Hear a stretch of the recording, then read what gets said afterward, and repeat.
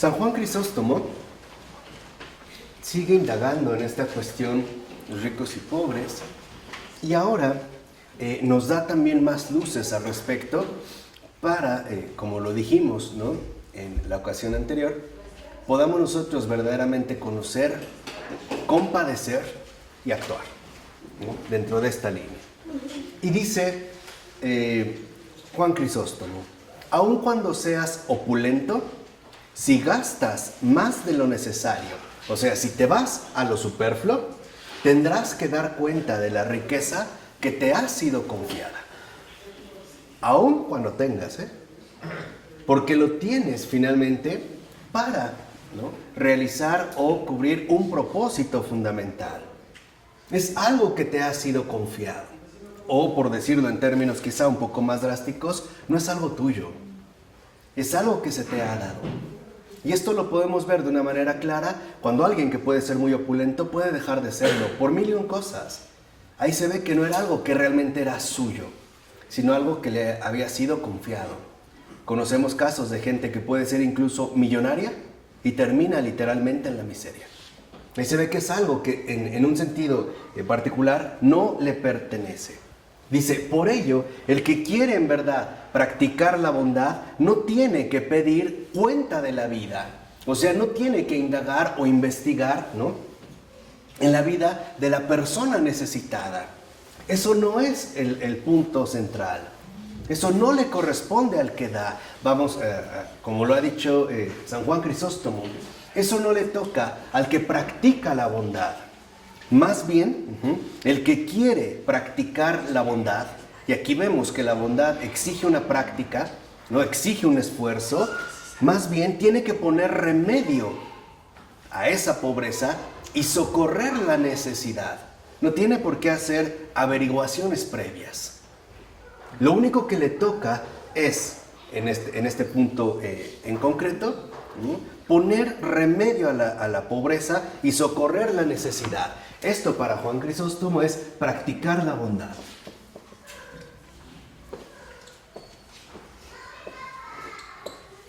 Practicar la bondad para San Juan Crisóstomo se conforma de dos partes esenciales. Primero, remediar la pobreza.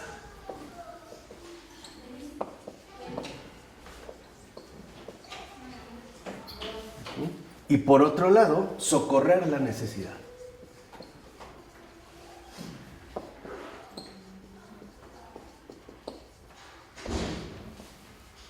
Remediar la pobreza y socorrer la necesidad. Eso es practicar la bondad. No hacer averiguaciones como mucha gente supone. A ver, primero voy a ver para qué lo quiero, que si realmente va a ser. O sea, no. Practicar la bondad se concentra en remediar la pobreza, socorrer la necesidad. Dice: el pobre solo tiene una defensa, su indigencia y su necesidad. Ya no le pidas más.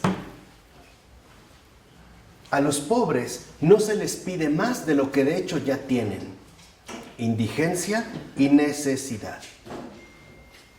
E incluso, dice en este sermón San Juan Crisóstomo, aún cuando sea el hombre más malvado, si carece, por ejemplo, del necesario sustento, remediemos su hambre. Aunque sea el más malvado. ¿Ven? Aquí es cuando como que desafía nuestros propios criterios. O sea, es aquí, digamos, cuando se siente turbado nuestro propio modo de pensar. Porque entonces esto significa que no estaríamos verdaderamente dispuestos a practicar la bondad, sino a ejercer los propios criterios que nosotros consideraríamos, ¿no?, en todo caso, bondadosos. Dice: no, aún en ese caso, practicar la bondad es remediar la pobreza y socorrer la necesidad. Dice: el misericordioso es puerto en la necesidad, un puerto seguro, como cuando llega un barco después de una tempestad. Dice: y el puerto acoge a todos los que han sufrido naufragio. Y el puerto a todos les saca de peligro. Eso es practicar la bondad, ¿no? Una vez me dijo mi amigo Ronnie: ir al rescate. me acuerdo, ya hace unos años. Es esto. Eso es practicar la bondad. Ir al rescate, salir al rescate. Dice, lo mismo tú, si ves desde tierra, o sea, si ves desde la situación privilegiada que se te ha confiado, que se te ha otorgado, que un hombre sufre o corre el riesgo, ¿no?, de padecer el naufragio de la pobreza, no te pongas a juzgar, no pidas cuentas, socorre enseguida esa desgracia. De tal forma que lo que a nosotros nos debe de interesar en este punto es esa práctica de la bondad, que va más allá de las propias interrogantes humanos. Dice, ahora, la limosna, ¿no?, que definimos la ocasión anterior, o misericordia, vean cómo lo hace un equivalente, ¿no? La limosna o misericordia se llama así porque la hacemos a los que no la merecen, a los que de hecho, en efecto, no tendrían que merecerlo, o no tienen ningún merecimiento para poder recibir aquello que se les ofrece. Dice, de la misma manera, entonces, ¿no?, debemos obrar nosotros, porque el ejemplo fundamental nos lo ha dado nuestro propio Creador. ¿O qué hicimos para merecer la vida? ¿Qué hicimos? ¿Realmente qué hemos hecho para merecer lo que poseemos? ¿No? ¿De qué podemos presumir nosotros? ¿De qué hemos merecido para resolver lo que se nos dio? De hecho, todo lo que tenemos se nos dio sin merecerlo. Y es lo mismo que tenemos que hacer con los demás. Dice, acuérdate, el pobre solamente tiene un mérito, su indigencia. Ese es el mérito del pobre. Dice, al que con esta se presenta, ya no hay por qué indagarlo más. No hay por qué, o sea, vamos, al pobre no hay por qué pedirle más de su propia pobreza. Eso es suficiente. Eso es, en este caso, suficiente. Dice, porque al hombre no le tenemos compasión por su virtud, sino por su calamidad. O sea, ¿ante qué situaciones nosotros realmente nos podemos manifestar como seres humanamente compasivos? De ahí extrae San Juan Crisóstomo una tesis bastante seria. Dice, el no dar a los pobres de los propios bienes es cometer con ellos una rapiña y atentar contra su propia vida. Es una manera de crimen indirecto. El no dar a los pobres de lo propio, dijimos, y este dar es tanto para ricos como para pobres. Todos podemos dar, siempre, ¿eh? Y obviamente este dar será proporcional a lo que se nos ha dado. Pero siempre es, digamos, la posibilidad de dar. No atentar contra la vida de estas personas que naufragian, por ejemplo, en la cuestión de la pobreza. Dice, por eso que tu riqueza no haya de seguir fomentando la pobreza. Al contrario, que socorra esa necesidad. Dice San Juan Crisóstomo, ¿eres rico? No lo niegues. Porque hay gente que es rico, pero no dice que es rico, ¿no? Pero tampoco puede decir que es pobre. Nos lo dijo Basilio, ¿no? A veces la mano le delata, ¿no? El anillo o la ropa o lo que sea, su modus vivendi. No es pobre. Dice, ¿eres rico? No lo niegues. Es más, me alegro, te felicito. Pero el otro todavía es pobre. No te olvides. Y que tu riqueza, entonces, no sea motivo de más pobreza. Dice, así, la riqueza, fíjense, la riqueza es buena. Sí, pero solo es buena para su dueño cuando no usa de ella para el mero placer, embriagueces y deleites dañosos, sino que, gozando de un placer moderado, distribuye todo lo demás para el sustento de los pobres. Entonces, ¿qué vemos? ¿La riqueza prohíbe el gozo moderado? No, es parte de ello. Pero que este gozo no se convierta en una especie de obsesión total hacia la mera autocomplacencia. Dice, Así nos damos cuenta entonces que lo malo no es la riqueza. Lo malo no es la riqueza, lo malo es la avaricia. Esto sí, porque la avaricia es aquel que siempre desea más de lo que de hecho ya tiene. Lo malo es la avaricia, o sea, en pocas palabras dice San Juan Crisóstomo, lo malo es el amor al dinero. Eso es lo malo. Eso sería, digamos, la fuente central o la fuente primordial de todas las injusticias. Y añade Crisóstomo, no es rico el que tiene mucho, sino el que da mucho. Ese es rico. No el que tiene, sino el que da. Y nos pone unos ejemplos. Dice, Abraham salía de su tienda, ¿no?, y ponía atención para ver si pasaba algún forastero o algún pobre. Y lo hacía para remediar la pobreza y acoger a este necesitado que pasaba. Por eso no recubrió de oro su techo, sino que clavó su cabaña junto a la encina y se contentaba con la sombra de las hojas. Y este tugurio, ¿no?, le llama Crisóstomo, era para él tan espléndido que los ángeles no desdeñaron habitarlo, pues no buscaban el esplendor de la casa, sino la virtud del alma. Y aquí es donde entra la cuestión central. Lo malo, ha dicho Crisóstomo, no es la riqueza, es la avaricia. O sea, lo malo es el amor al dinero. ¿Por qué? Porque el amor al dinero destruye la virtud del alma. Eso es el riesgo. El riesgo es que el amor al dinero destruye la virtud del alma. Por eso retoma el ejemplo de Abraham. ¿O Abraham no era rico? Sí, mucho. No era rico, era muy rico. Muy, muy rico. Esto significa que él era rico y que por eso no era malo tener esa riqueza, porque se ejercitaba en la virtud del alma.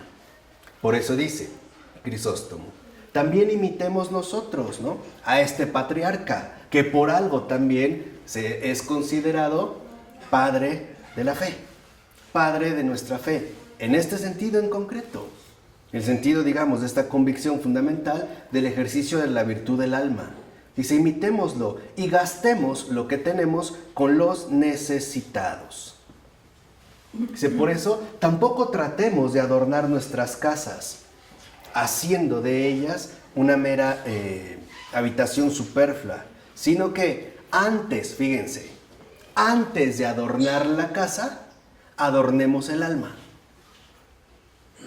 No tienen que estar peleadas las cosas. Dice, antes de adornar la casa, adornemos el alma. Dice, o no es vergonzoso recubrir sin razón ni motivo alguno las paredes de mármoles y dejar que Cristo ande por las calles desnudo. ¿No es eso vergonzoso? Entonces, antes de adornar la casa, antes de adornar, ¿no?, nuestra propia persona, antes de adornar el carro, adornemos el alma. Adornémosla con la virtud. Dice, porque si no, lo que ocurre es evidente. Lo que se sale de la necesidad se convierte en superfluo y además en inútil. Y pone ejemplos sencillos. Dice, ponte unos zapatos más grandes que tu pie, no los aguantarás. No los vas a aguantar porque te impiden la marcha que requieres. Igual, una casa mayor que lo necesario te impide la marcha al cielo. ¿O no han visto casas enormes, mansiones donde vive una persona? Y cuartos reducidísimos donde viven 15. Es curioso, ¿no? Dice, lo mismo que unos zapatos nuevos a tus pies no te permiten avanzar, lo mismo, lo que se sale de lo que, de lo necesario, se convierte en superfluo e inútil. Dice, ¿quieres edificar espléndidas y grandes casas? No me opongo, pero no lo hagas sobre la tierra. Edifica en los cielos para que también puedas acoger a otros. Tiendas que en todo caso jamás serán destruidas. ¿A qué viene esa locura? Por lo que a final de cuentas se queda aquí abajo. Y aquí abajo incluso se acaba. Lo vimos con este otro temblor, ¿no? También aquí. Dice, el que tira lo que tiene, fíjense, el que tira, lo que tiene y se lo da a los pobres, es el que usa sus bienes como debe. Y sale de este mundo con la verdadera posesión de ellos. Los ha, en este sentido, dado. Dice, ni siquiera en su muerte pierde esta posesión, sino que en aquel momento lo recupera todo, y hasta más de lo que de hecho dejó. ¿Y cómo lo recupera? Pues cuanto más necesidad tiene de su auxilio en el día del juicio. O sea, cuando todos tendremos que dar cuenta de nuestras obras, de nuestras propias obras. Dice, ¿o no te das cuenta que Dios nos da con abundancia todo lo que es mucho más necesario que el dinero? Como el aire, el agua, el fuego, el sol, la lluvia, etc. Y no puede decirse entonces que el rico goza más de los rayos del sol que el pobre, ni tampoco puede decirse que respire más aire que el pobre. Todo está ahí, igual y común a todos.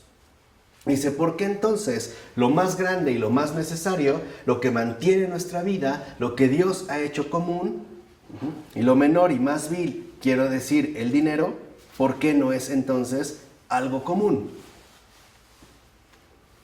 Porque el dinero, dijimos, corrompe el alma. Corrompe el alma. Ese es el peligro del dinero. El amor al dinero. Corrompe el alma. Dice, por eso no lo hizo igualmente común. Porque no es bueno para todos. Para todos. No es bueno para todos. Para algunos. Dependiendo de su alma. Dice, de no ser todo lo necesario común, los ricos entonces incluso tal vez ahogarían a los pobres. ¿Qué es lo que hacen? Quisieran todo el aire para ellos o todo el sol para ellos. De hecho lo hacen.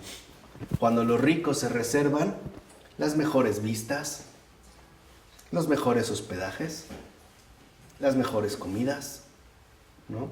Incluso las zonas más exclusivas, los mejores privilegios, hacen literalmente lo que pueden. Dice, imagínate, si estas cosas hacen con el dinero, ¿qué no harían si también pudieran tener las otras? El aire, el sol.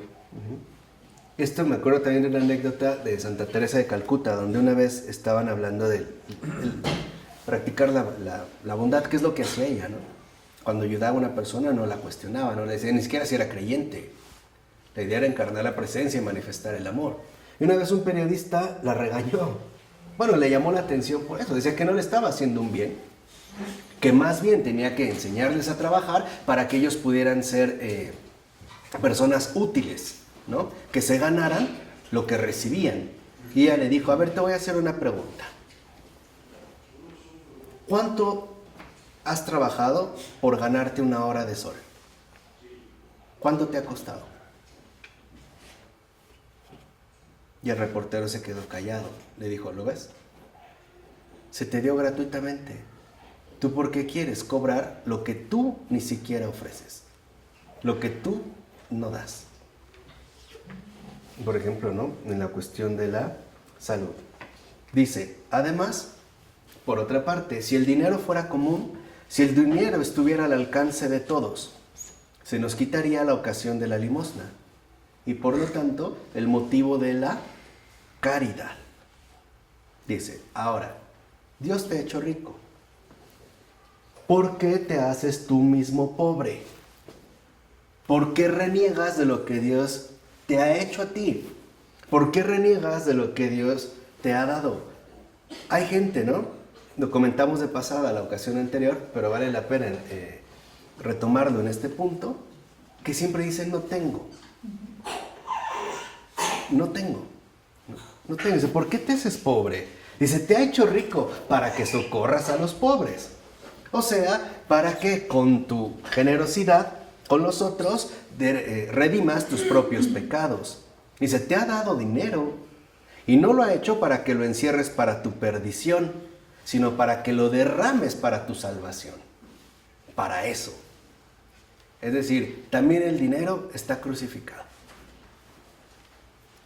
Es la espiritualización de la materia, ¿no?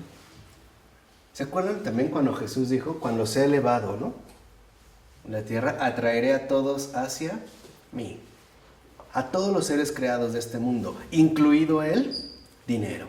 O sea, el dinero, también en este sentido, no tiene por qué ser un mal. Está pensado con un propósito de salvación. Lleva el sello de la cruz. Cuando uno reniega de Cristo, entonces todo pierde su propósito. Todo, ¿no? Se aleja de su verdadera finalidad. Dice, no se te dio dinero para que lo encierres para tu perdición, sino para que más bien lo derrames para tu salvación. Dice, ¿a cuántos no escucho que dicen que no haya pobreza? Que se acabe la pobreza. Dice, tapémosle la boca a esos que se irritan de que exista la pobreza, porque decir eso es una blasfemia.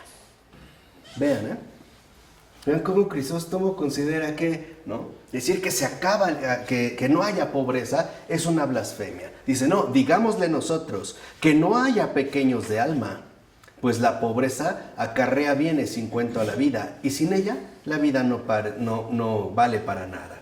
No difamemos ni la una ni la otra. Pobreza y riqueza son armas que, si queremos, nos llevan una y otra a la virtud. Quizá entonces el que dice que no haya pobreza, ojalá que se acaben los pobres, es porque no quiere compartir la riqueza que se le ha dado. Esa sería pues quizá la motivación. Dice, y para que te des cuenta de que lo que te digo es verdad, acuérdate de Job. Primero fue rico y luego pobre. Y tuvo que usar las dos armas. Primero como rico y después como pobre. Dice, cuando era rico, él decía, mi puerta ha estado abierta a todo pasajero. Cita el libro de Job, ¿no? Capítulo 31, versículo 32. ¿Y qué dijo cuando era pobre? El Señor me lo dio. El Señor me lo quitó. El Señor me lo quitó. Bendito. ¿No? Bendito sea el Señor. Job, capítulo 1, versículo 21. Dice, mira, cuando Job era rico, dio muestras de gran hospitalidad. Cuando era pobre, de gran paciencia. Así tú, igual tú. Aquí es cuando se desvela lo que hay en el alma. ¿Se acuerdan que el Señor también nos dijo, no hay nada oculto que no llegue a saberse? A eso se refiere. ¿Qué es lo que realmente hay en el alma? Y esto lo va a hacer a través de las circunstancias de la vida. Ahí se va a poner al descubierto lo que realmente hay en el alma. Por ejemplo, a través de la riqueza o el bienestar, o a través de la pobreza y la calamidad. Porque lo que revelan las circunstancias son los secretos ocultos que ha mantenido el corazón. ¿Cuántos no, aman a Dios mientras les va bien? Pero ¿qué pasa cuando les va mal? Reniegan. O sea, ahí se ve lo que realmente mantenía. O sea, en realidad no amaban a Dios, amaban su estado de vida, no realmente a Dios. Dice, por ello, aprende lo que el Señor busca de ti en cada circunstancia. Y no ocultes lo que muchas veces las circunstancias de la vida te obligan a darte cuenta. Por lo menos a reconocer. No lo puedes ocultar. Si lo ven, es lo que ocurre en el matrimonio, ¿no? Por eso se habla, ¿no? Juntos siempre, en la riqueza y en la pobreza, en la salud y la enfermedad, ¿no? En la prosperidad, en la desdicha, en las dificultades, en los buenos momentos. Ahí se ve. Podemos decir, ¿En qué situación es más fácil, por ejemplo, hablar bien de Dios? ¿En la pobreza o en la riqueza? ¿Quién sabe? En las dos. Sí, no, vamos, ¿en cuál sería como más fácil o más sencillo? Cuando estás bien. ¿Quién sabe? No sé. No sé. Algo es un hecho. En las dos se puede hablar bien de Dios. En las dos. En las dos.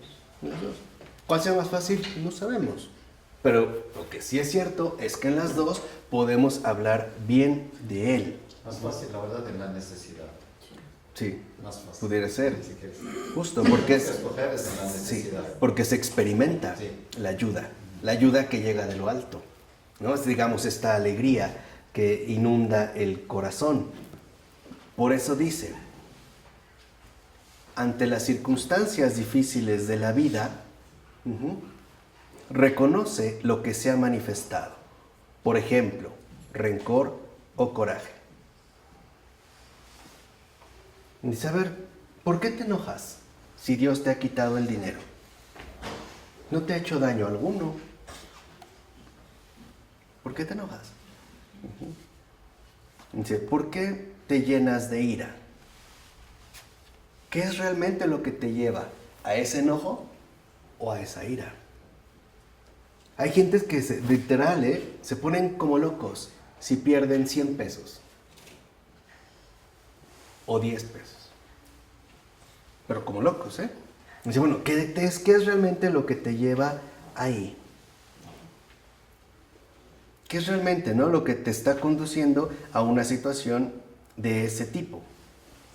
Dice, ¿no será que ahí se ve que en realidad tu alma está pegada a otras cosas? Y que eso es justamente, ¿no?, lo que tú buscas. Dice, mira, el rico puede ofrecer muchos puntos que lo hacen vulnerable. Teme por su casa, teme por sus campos, por su dinero, porque sabe que a final de cuentas, de todo ello se le puede despojar. De todo ello se le puede despojar. Dice, así, ¿no?, se hace esclavo.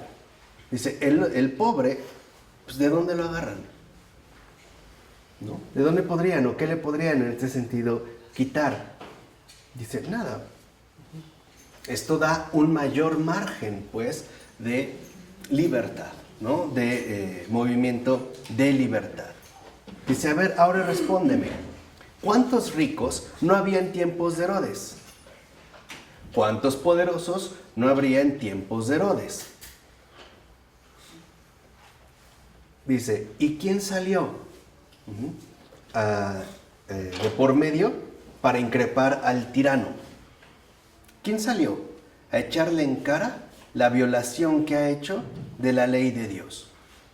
Dice, nadie de los opulentos, nadie de los poderosos, sino un pobre y miserable, uno que no tenía ni casa, ni lecho, ni mesa, bueno, es más, ni cobijo. Juan el Bautista. Dice, es el único, este morador del desierto, ¿no?, el único que con toda libertad reprendió al tirano. Y le dijo las cosas como eran y sacó a pública vergüenza sus adúlteras uniones. Y lo hizo en presencia de todos. Y lo hizo delante de todos. Es más, delante de todos pronunció la sentencia de condenación. Y ya antes de él, Elías, que no tenía más que una piel de oveja, él solito reprendió al impío Acab por ser transgresor de toda la ley.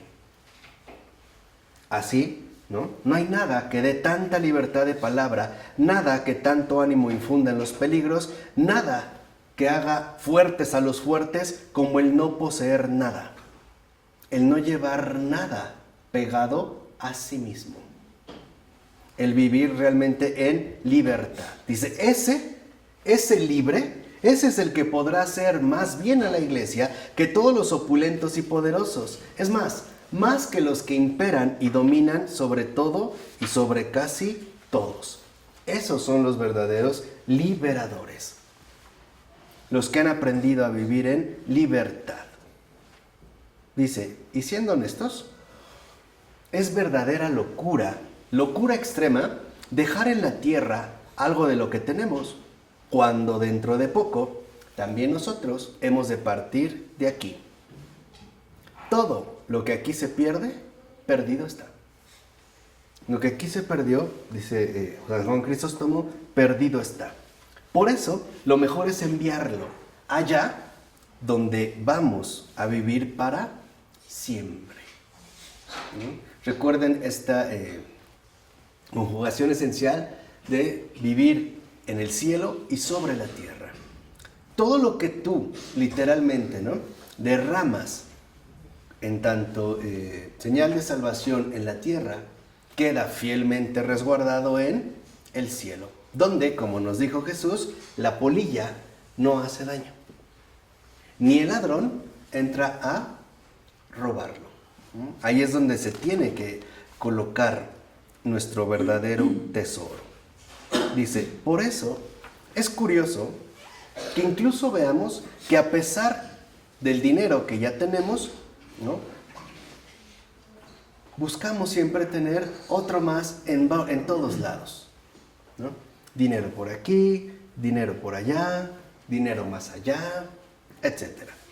Dice, no, más bien deberíamos de tener, igual que nuestro dinero, un dinero sagrado, puesto aparte, destinado a los pobres, ¿no? Dice, puesto ahí como salvaguardia del pobre. Dice, mira, es muy sencillo. Empieza a familiarizarte con esa costumbre y luego verás que poco a poco lo puedes llevar a cabo. De tal manera, fíjense, dice, de este modo, depositando allí este dinero sagrado, es decir, consagrado a los pobres, la casa de cada quien ha de convertirse en una iglesia que vela precisamente por los pobres. Dice, además, date cuenta de lo siguiente: el lugar en donde se guarda el dinero de los pobres es inaccesible a los demonios. Es ya bendición. Es inaccesible a los demonios. Y estando reunido para la limosna, ese mismo dinero, consagrado a los pobres, protege mejor las casas que escudos y lanzas, mejor que las armas, hoy diríamos que las alarmas, la fuerza corporal, ¿no?, o las bardas electrificadas y un numeroso ejército. Esa verdaderamente es una casa bendecida, que es en teoría lo que estamos buscando, ¿no? O hacia aquello que de una u otra manera nos queremos dirigir. Dice, por eso Dios mismo no estableció la limosna solo para que se alimenten los pobres, también para que se beneficien los que la hacen. Dijimos, ¿no? En la limosna todos salen ganando. Dice, si solo hubiera mirado el interés de los pobres, se hubiera limitado a ordenar que se diera dinero y nada se hubiera preocupado de la buena voluntad de los que dan. No, es un bien para ambos. Ese sí es un verdadero bien en común. Dice, por eso tomémoslo en serio, esto que se ha dicho, y consideremos esto: dar, orar, ayudar. Y nunca nos mostremos ni renuentes ni desganados, temiendo que eso va a quebrantar nuestra hacienda o mermar nuestra riqueza. Dice, fíjate en el labrador. El labrador arroja semillas a la tierra y vacía sus graneros. Y no por ello se enoja, ni se enfada, ni se molesta porque lo gastó todo, sino que sabe que en efecto eso es lo que le puede procurar todavía una nueva y mejor cosecha. Por eso, para terminar en esta ocasión, dice Crisóstomo, ¿qué se nos manda? Ser humanos por palabras, por dinero y por obras. Eso se nos manda. Ser humanos por palabras, por dinero y por obras. Por tiempo. Por tiempo. Por entrega. Pero comencemos por estas tres. Por palabras, por dinero y por obras. Pues que interceda por nosotros para que Por palabras, por el corazón de Jesús. así sea. Es la palabra verdadera, Sí. ¿no? Sí, esa palabra. Que va a ser la obra.